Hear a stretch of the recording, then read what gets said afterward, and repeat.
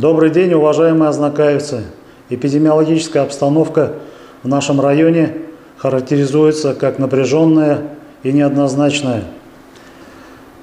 Мы отмечаем снижение заболеваемости такими традиционными для нашей территории инфекциями, как геморрагическая лихорадка с почечным синдромом в 4 раза, сальмонеллезная инфекция в 3,5 раза, острая кишечная инфекция в 2,5 раза.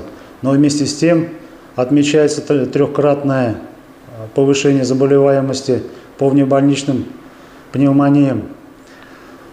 Не исключаем, что данная ситуация будет усугубляться еще и сезонными острыми респираторными инфекциями и гриппом. Поэтому на первый план, уважаемые ознакаевцы, выходят противоэпидемические и профилактические мероприятия. Их все мы прекрасно знаем. Это соблюдение масочного режима, места скопления людей на транспорте, и помещениях. Это обработка рук антисептиками, проветривание помещений в жилых домах, на рабочем месте. Это социальная дистанция 1,5–2 метра. И, конечно же, необходимо воздержаться от посещения мест массового скопления людей, особенно лицам старше 65 лет.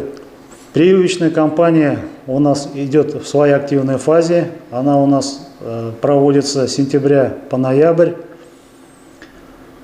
В районе у нас подлежат прививкам более 36 тысяч человек. В настоящий момент у нас привито порядка 45% населения. Среди родительского сообщества и в социальных сетях бытует негативное мнение о вреде прививок из-за их возможных осложнений.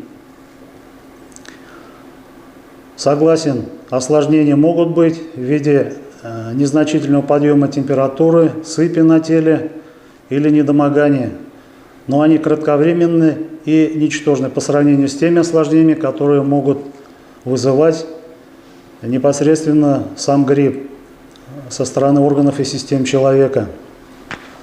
Уважаемые ознакаевцы, настоятельно рекомендую соблюдать озвученные выше меры профилактики. Только соблюдая эти меры профилактики, мы сможем с вами добиться снижения инфекционных заболеваний. Есть хорошая поговорка: унция профилактики стоит тонны лечения. Будьте здоровы, уважаемые ознакаевцы. Спасибо за внимание.